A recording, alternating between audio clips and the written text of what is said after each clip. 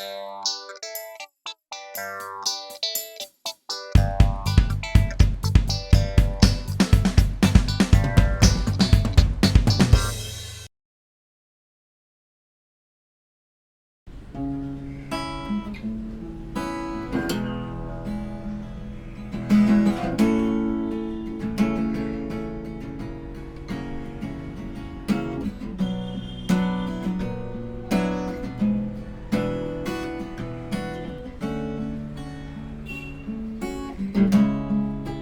walk into the room, naked as the day you came into the world.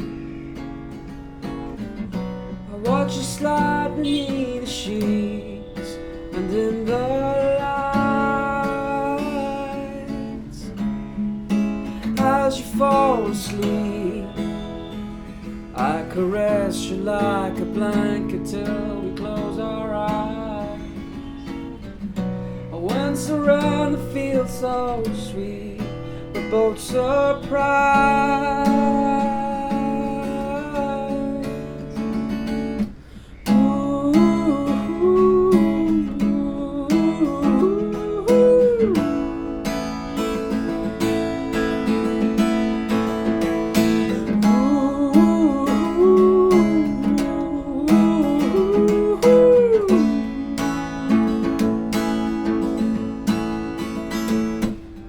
Like never waking from a dream, when the sun shines through the shades, all wrapped up in you. Just one look is all it takes to face the truth. We've been living separate lives, tied together by the bond of our broken hearts. Funny what we hold on to is keeping us apart.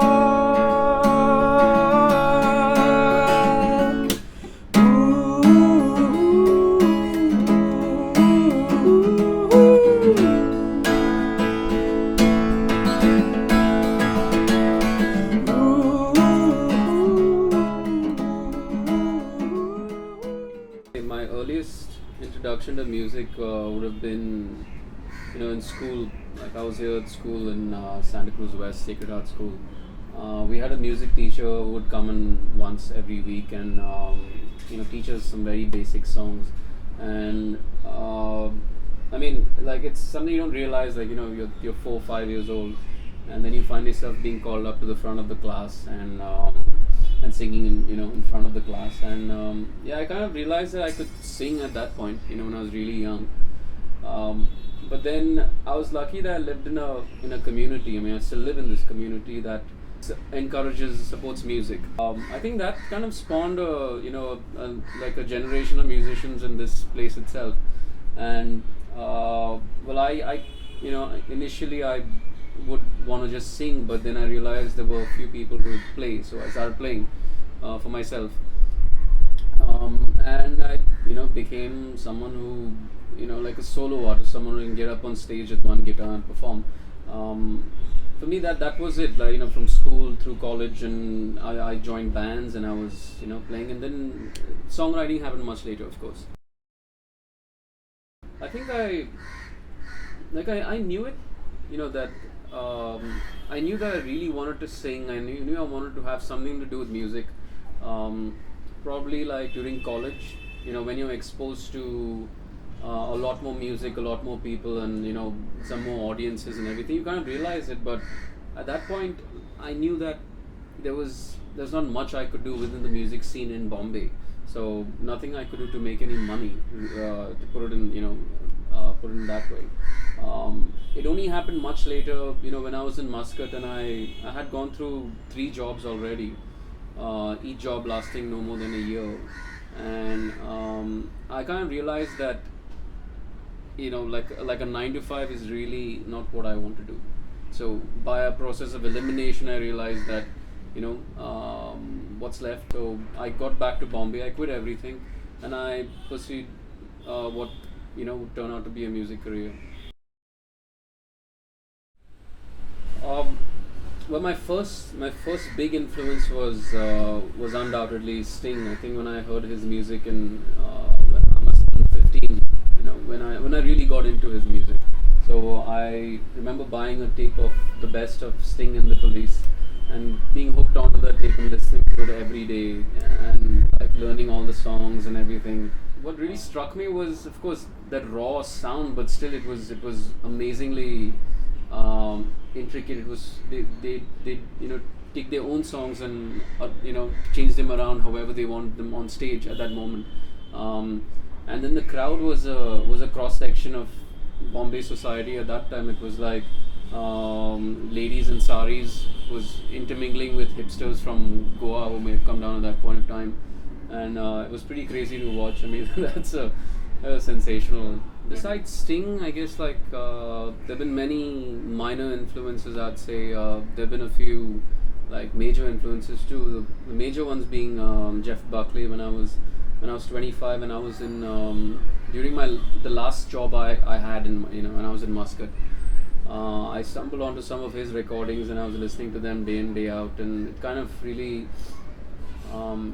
opened my mind out to what you could do with a music composition.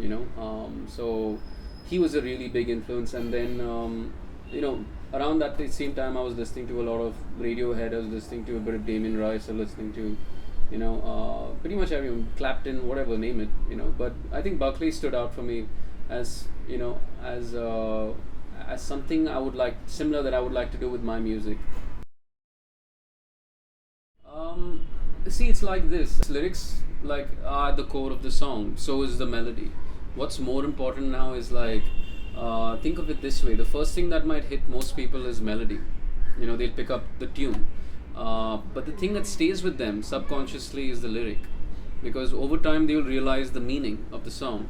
So if you've just thrown some makeshift lyric into a good tune, chances are people will not really remember it over time, because it stops making sense to them. They're like, that's a good tune, but what does it really mean?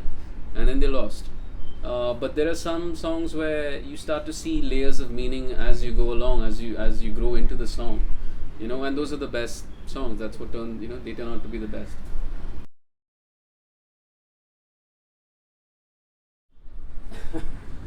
Well, see, it's pretty simple. It's like this. With independent music, it's what you want to say, what you've written. With Bollywood music, it's pure and simple. The commercials. You have to stay afloat. You have to survive. A lot of of the top indie musicians will never even raise their voices against Bollywood, because number one, they've all done work in Bollywood.